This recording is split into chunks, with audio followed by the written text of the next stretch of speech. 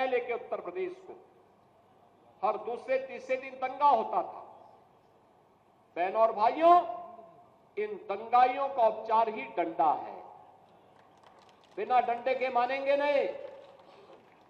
आप देख रहे होंगे बंगाल जल रहा है, वहां की मुख्यमंत्री चुप है, दंगाइयों को शांति दूत कहती है।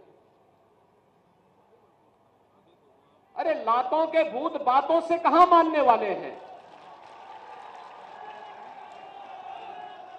लेकिन सेकुलरिज्म के नाम पर इन लोगों ने दंगाइयों को दंगा करने की पूरी छूट दे रखी है।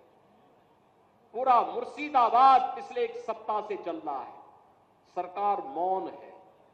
बहनों और भाइयों, इस प्रकार की अराजकता पे लगाम लगनी चाहिए और मैं धन्यवाद दूंगा इस बात के लिए वहां की माननीय न्यायालय को, जिन्होंने वहां पर केंद्रीय बलों की तैनाती करके वहां के अल्पसंख्यक हिंदुओं की सुरक्षा की व्यवस्था करने के लिए कदम उठाया है और आज केंद्रीय बल वहां पर तैनात है। आपने वहां की पीड़ा सुनी होगी।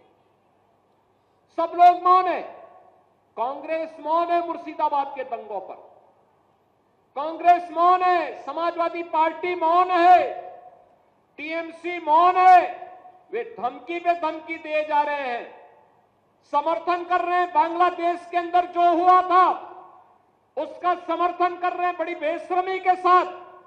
अगर उन्हें बांग्लादेश अच्छा लगता है तो उनको बांग्लादेश ही जाना चाहिए। क्यों भारत की धरती पर बोझा बने हुए हो? क्यों भारत की धरती पे बोझा बने हुए हो? हम आभारी हैं प्रधानमंत्री मोदी जी के और गृह मंत्री अमित शाह जी के, जिन्होंने वक्फ संशोधन अधिनियम को पारित करके गरीबों की जमीनों पर, सार्वजनिक जमीनों पर पड़ने वाली डकैती पर लगाम लगाने का काम इस अधिनियम, संशोधन अधिनियम के माध्यम से पारित किया है। अब ये जमीन जो वापस आएगी, बहनों और भाइयों, इसमें हॉस्पिटल बनेंगे, इनमें गरीबों के लिए मकान बनेंगे, हाई राइज बिल्डिंग बनेगी, यहां पर स्कूल बनेंगे, विश्वविद्यालय बनेंगे, निवेश के लिए लैंड बैंक बनेगा। लेकिन किसी को जमीन पर कब्जा करके गुंडागिर्दी करने की छूट अब नहीं मिलेगी। इसलिए लोग परेशान हैं, क्योंकि जमीन के नाम पर जो लूट थी वह रुकने वाली है और उसलिए इन लोगों को परेशानी है। परेशानी इस बात को लेकर के कि अब गुर्गे खाली हो जाएंगे। तो पहले जो जनता को लूटते थे, इनको अब भय है कि इनके द्वारा पाले गए गुर्गे कहीं भस्मासुर हुए तो कहीं अब इन्हीं को न लूटने लग जाएं।